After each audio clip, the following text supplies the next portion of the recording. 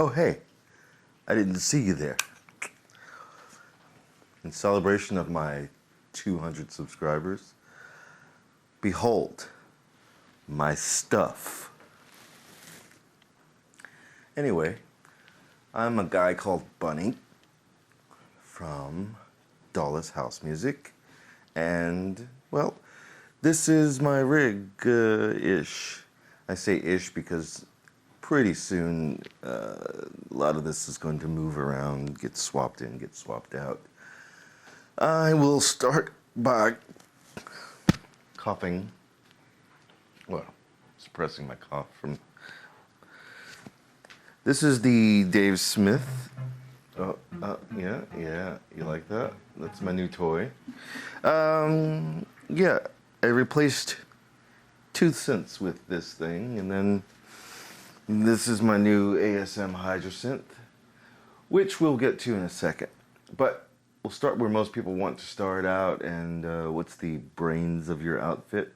And the truth is, the brains of my outfit is this thing down here. This is my Midi XL. It is a glorious MIDI hub with just wonderful flexibility. The reason I say it's the brains of the hub is because most people might think that I'm using the MPC for everything, but it's not true. I'm using the MPC right now because I'm going through an MPC1 phase. I'm going through an MPC1 phase because ever since the 2.10 update, I haven't done 2.11 yet because I'm lazy. It's just kind of opened up a new world of possibilities for me. So I've been deep into it because it really is that compelling, but it's not necessarily the brains of my outfit.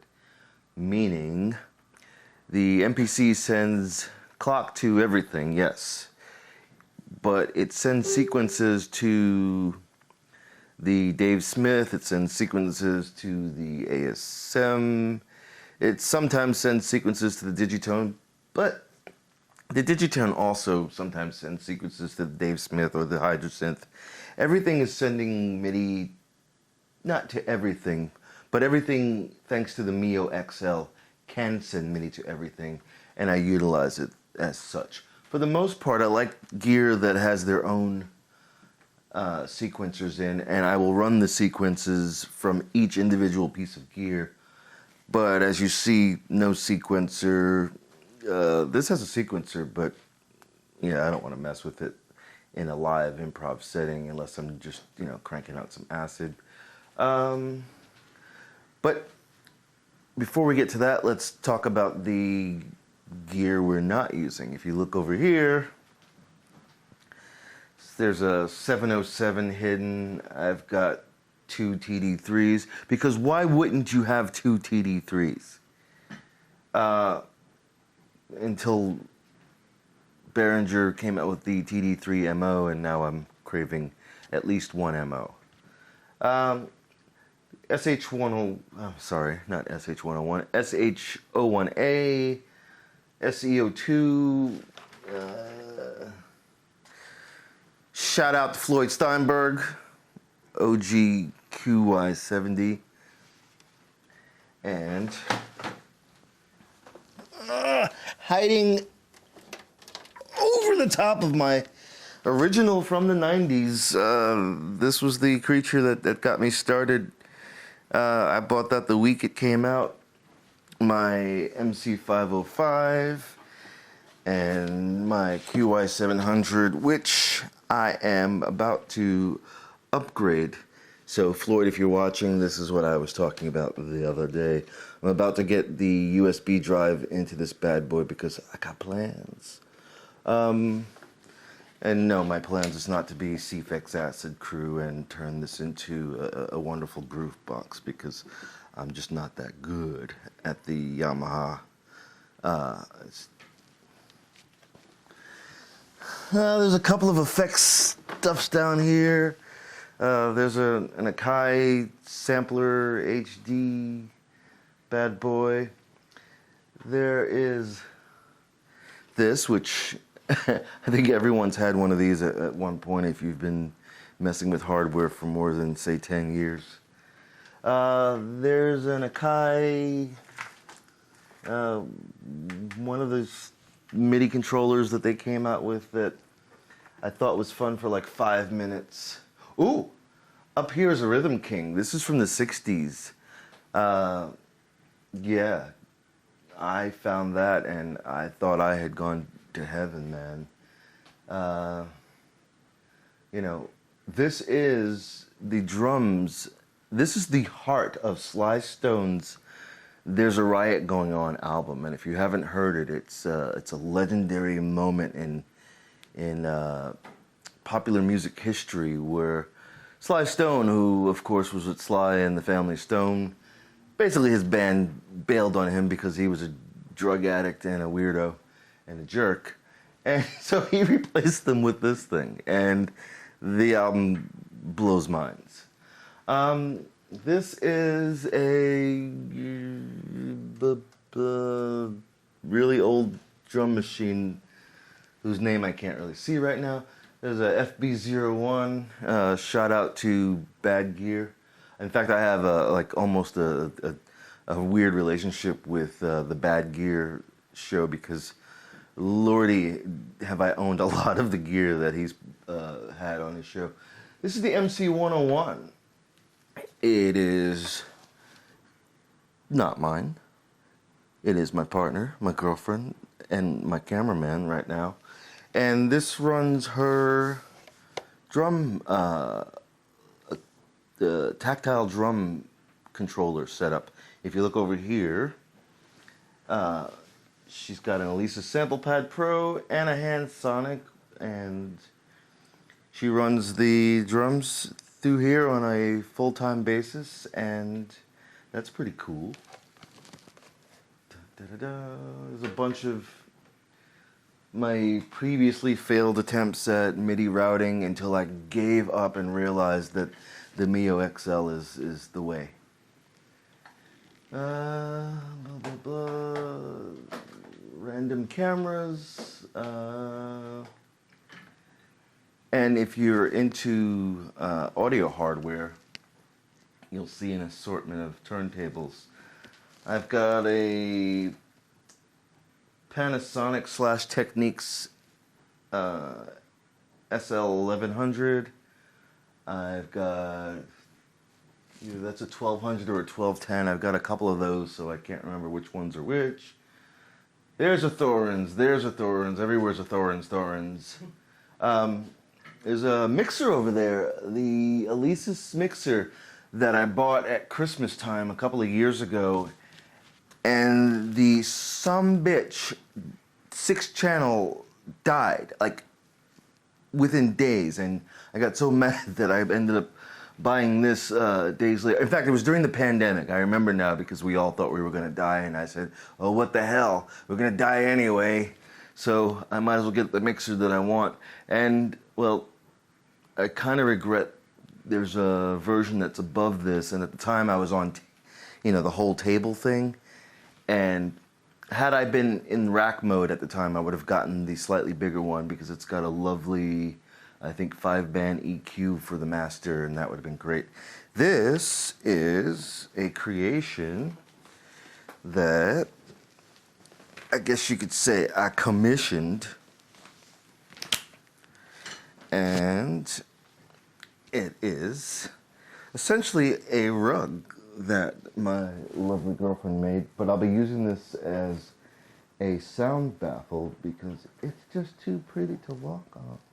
I have another one somewhere, a different design, but if you see the big pass-through that goes to my kitchen and the plastic there from, yeah, something happened.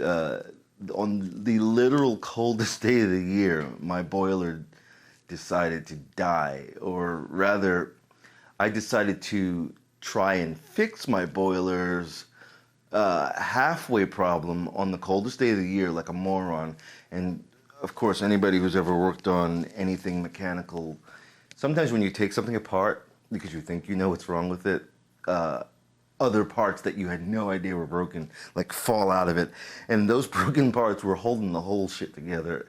So yeah, we had to tape off the the house with plastic so that we could heat the house with gas stoves. And I mean, we did almost everything to heat this house except for charcoal until I could get down there and swap out the boiler.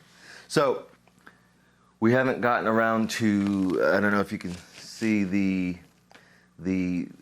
this wall was hideous and green, and then we started working on it, and then I started scribbling on it after we started working on it. But this whole room is gonna get painted and lit properly and all that stuff. So I'm looking forward to that, because that's the time when I will really regret taking this room apart all the damn time to get things done. But back to the main thing. Did I cover everything in the shame wall? Oh, there's another Elisa's Mackie mixer down there that I guess I could probably clean the pots out and get it to sound nice, but for right now it sounds like if you touch one of the channels improperly. Other shameful things, I love this thing. This is not a review, but the Roland J6 IRA Compact, whatever they're calling it, is not a toy. It is not something you just travel around with and go bleepity bloop at work. I've tried it. It's not that fun. It is a tool. It is a wonderful thing. Yeah, I won't go into it completely. Watch the videos on it, and if you're smart, you'll realize at some point that, oh my God, this is something that you really want and need. It does kind of what I can do here with I have pad perform mode right here set up on the MPC-1 with its chord progressions, and I just recently learned either Lily K or Freebeat. I can't remember which channel, but somebody really kind of clued me in on the power of this thing and making your own progressions. So yeah, that's one of the reasons why I've been really, knee deep into this thing, not just as a sampler. In fact, I didn't even use this as a sampler for the longest time. I actually love to sample on the black box. And if you've ever had the whole what's the black box versus MPC thing, you'll realize that, here's a guy who's got a lot of options, but he's got the black box and the MPC side by side for a reason, because even though they do share some qualities, they're both uniquely wonderful in their own way. And I will say now that there's a reason why people get all gooey and hushed tones, like stimming, when they talk about this thing, Ricky Tinez, because it's sexy. When you hold it in your hand, when you're doing the buttons, it just feels real good. It's the one truly fetish-worthy piece of gear that I own, I feel. Digitone. It's not turned on right now because it used to be here, and now I'm running its channels, and because I just got this ASM Hydra synth and I really wanted to play with it through Midi because my piano skills suck. Now, it's going to disappoint a few people, but this is not part of the rig. This is something I purchased as a way of having something to play piano on. I really became obsessed with being able to play, and I really wanted to be, Ron Trent or Kink or Montegill Records or Jonathan Cross. I see these guys playing keys over their tracks, and my heart melts, and I wanted to be that guy. So I got this, but I also really wanted to get into sound design. Personally, I would prefer the desktop version, just something compact and bleep bloopy, but this was a great compromise instead of just buying a MIDI controller and trying to plug it up, and so forget it. I just wanted something all in one. And it's got a bunch of outs, CV outs in the back. So hopefully later on I will take this and get another rack, and I will start on a new kind of journey where my synthesizers are exploratory in nature, and I'm looking at just pure sound and keeping waves of ambient going. I did skip over this thing. This is my Critter and Guitari, or Icy, and it's going to be providing me with, I hope, some cool light show action. My projector right now doesn't far enough back, so when I did plug it in and experiment with it, I mean, yeah, it covered about half. But I'm hoping to get the whole background here when I'm playing lit up, so I'll figure something out. MC707, and it's really high on the list of things that if you're just starting out and you want something that can do a lot, this is it. And starting here is where I'll explain my rig from the context of what this rig was designed for, and it'll make sense why this isn't part of it for the moment. This is a house rig. This was designed to be able to crank out house music like instantaneously once I figure out how to do that. This is a debated item, but house is tricky because of its traditions are kind of stiff and rigid. You can break them, you can move the rules around, you can do whatever you like, and nobody cares. But if you were to do a whole set, eventually you have to come back to form. You have to come back to the roots of house music. And this right here solves a lot of what's going on in house, because so much of early house and techno are built on Roland sounds. So with this thing, I've got 8 tracks. I've got the history of Roland drum machines built into it. In fact, I really love the drums in here more than the TR-8S. Don't ask me why, but I think they just pop a little bit better than the TR-8S. And I look at it and I don't love the sequencing for the drums with this thing, but when I play it and I just go bop bop bop bop bop, it's so fast and so easy and so crisp, and I love it. This is a kind of must-have if you're going to stack your rig with things that are useful, things that are great, sounds that from the history of electronic music. The MC707 is not just an update of that crappy MC505.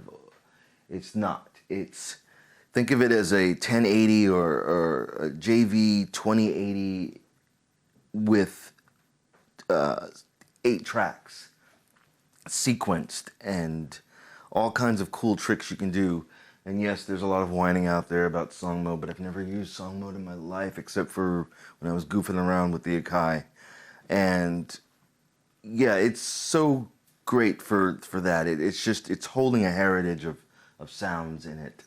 And beyond that, I mean, the 8 tracks, it's really, honestly, you could toss most of this stuff and I could probably get away with just this for a career if I was out to make music for a career. If you throw in the black box or the MPC-1, yeah. So it's just that good. There's a reason people make really great videos with whole tracks using just this thing. This is my mixing board. I like a big mixer, and I cannot lie. It's got effects, but I think it's got one built-in effects, and then you can put in another effects channel. But I just use it on number 9.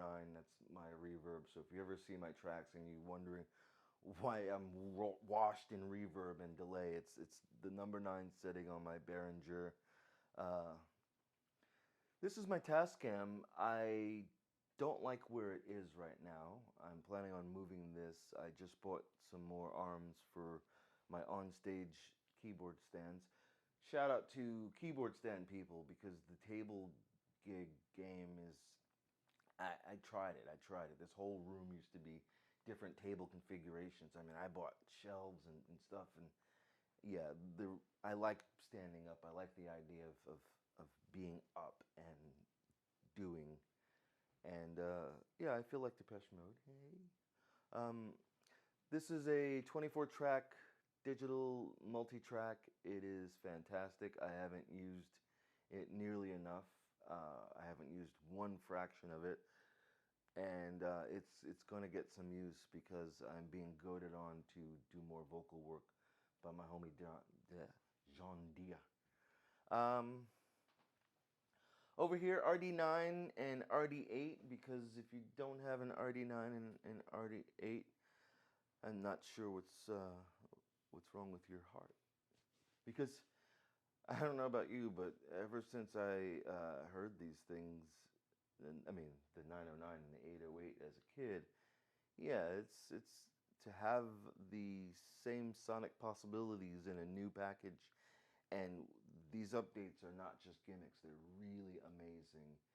And a very famous producer, legend from way back, in some blurb somewhere in some tiny little article I read was talking that he would much rather have this than an original 909. And I know that sounds like blasphemy, but if you're working with it a little bit, you'll kind of get where he was going with that.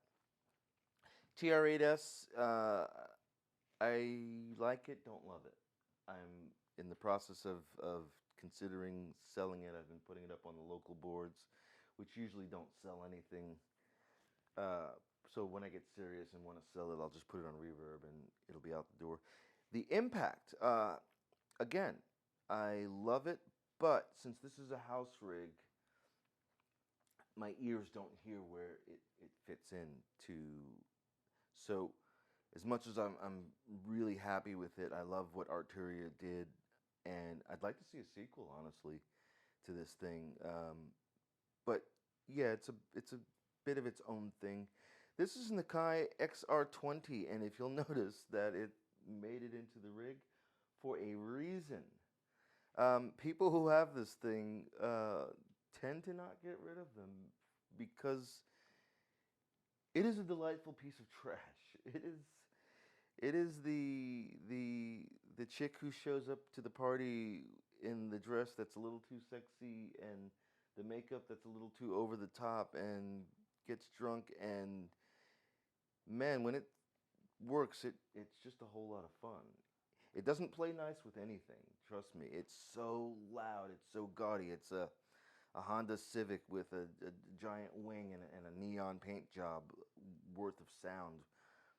But when it's doing its thing and you focus on it, believe it or not, it really it does some cool things that I can't deny.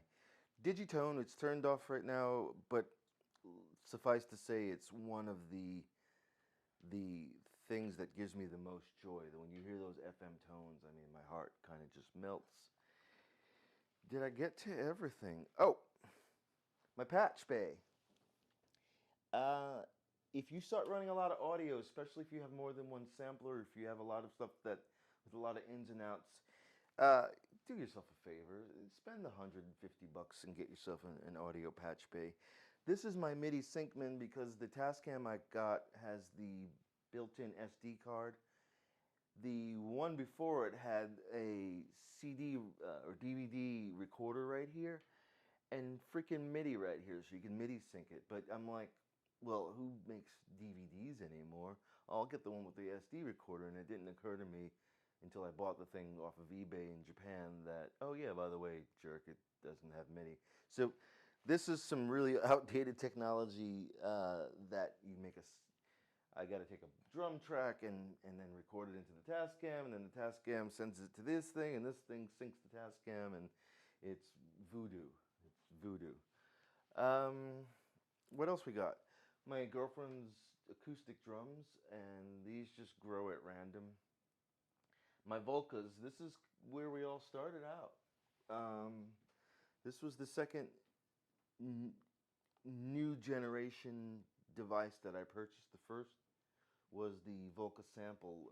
I don't know if it was Red Means Recording or Accurate or somebody who posted. I mean, I only had this right here, a Korg, micro Korg from back in the day, and my semi-busted 505, and we were thinking like, oh, how could we jam? How could we jam? And I was picturing this concept that we now call Dawless jamming. I was like, oh, it'd be great if I could get away from Ableton. It'd be great if I could get away from my machine, which is somewhere. I have a Native Instruments machine that I was running on my laptop. was like, I just want us to be able to play together and everything. So I pulled all that stuff out, and then I saw somebody with the vocal sample, and my brain exploded. I'm like, oh my God, you could conceivably do an entire house set.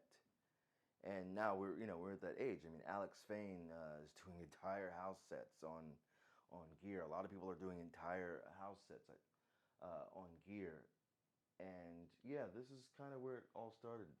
I got this the second piece of Volca kit that I got, and then after that, like I said, it exploded. I don't remember where I went from there, but if you don't see it here, it was sold. Down there is a Dreadbox Typhon. I don't love it. I famously played with it for about, I don't know, I think I went 1, 2, 3, 4, 5 notes, checked all the patches and played all the presets, and realized in the first 10, 15 minutes that not for me.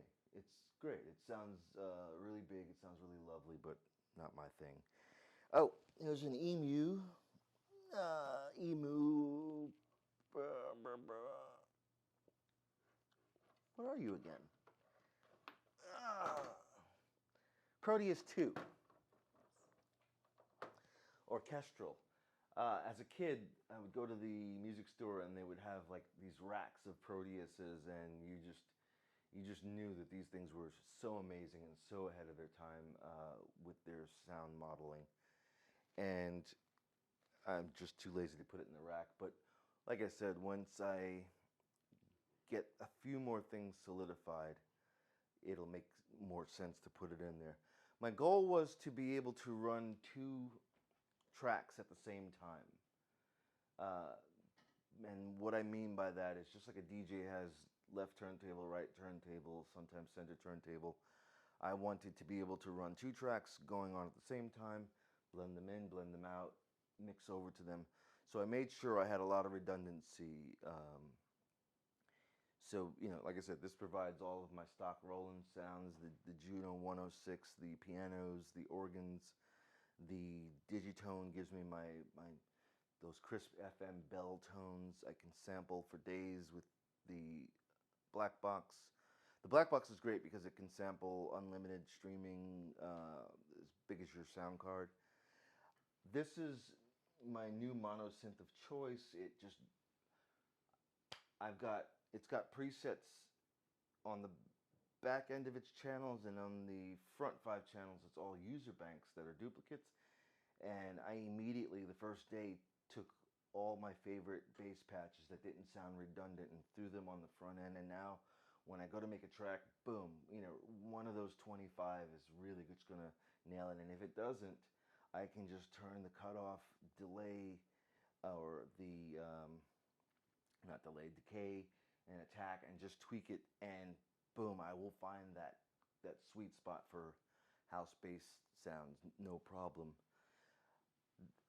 I used to start over here with drums and everything, but lately I've been getting away from it because, like I said, these 2 right here I could easily just see myself selling, and I've got my eye on some real firepower. I'm looking at getting an Electron analog rhythm, and yeah, I think that's about it. Oh, microphone setup. I've got this really awful heavy thing right here to record vocals into, and even though it doesn't look all that cool, yeah, it really does the trick. I was getting a lot of reflections trying to either speak. As you see, I've got a lavalier portable mic on. My girlfriend just got a little handy Zoom recorder, and because John Deere is my idol, I had to get a Shure SM58 with red sock foamy wind attenuator thing for all the beautiful people of the internet. And oh, this is my TC Helicon voice changer, and it's already recording. All right, so I was going to try to do this all in one take, but my camera ran out. I was talking about the TC Helicon voice changer. It's got a synth built in, it's got a looper built in, but it's, these things that have one knob that control everything seem so clever and then end up being a pain in the ass. Just like the Typhon. Yeah, just give me a couple extra knobs. What I'm probably going to do is break down and get the new Roland Ira Compact because they now own my soul. That has the voice changer because I've seen how quick and easy. It's even easier than the previous Roland Ira voice device. I think the T4, whatever they call it. There was a 3 and then there's a 4. I forget the names. And yeah, even though my video was just about to shut off, that's about it. I've got my monitors down there, and hopefully one day they'll not be on the floor. They'll be up there, and I'll be ditching the ceiling fan and putting the rig on the lighting rig and the camera rig up top so people can actually see what I'm doing. I know that a lot of my videos I'm just like this humbled over, and it looks like nothing else is happening, but there's a lot going on. And thank you everyone for the 200 subscribers. I was, hoping for, a million, but I figure in 4 months, a million would seem to be a pretty big goal. So 200 in a couple of months is way beyond my expectations. And I definitely want to give a shout out to the roughly 7 or 8 people who consistently cheer me on, and I definitely want to send a shout out to all the people that are focusing a good chunk of their Dawless YouTube existence on house music. I'm there with you, and I will be expanding this whole thing further. Like I said, this is kind of a placeholder right now for a bigger project, and once I finally get the drum that I'm looking for and another little piece that I've got in my head, and get all this painted and ready to go, I'm going to be shifting focus to my other channel, a guy called Bunny, and a third channel as to be yet unannounced. But look forward to them.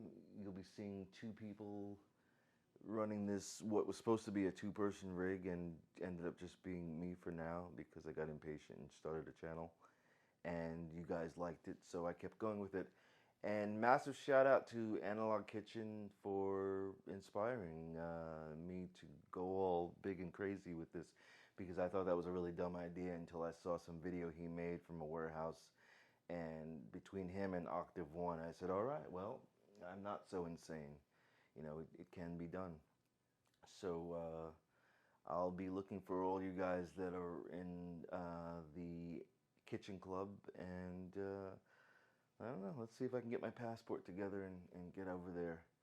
And in the meantime, I'm a guy called Bunny. This is Dawless House Music, and thanks again.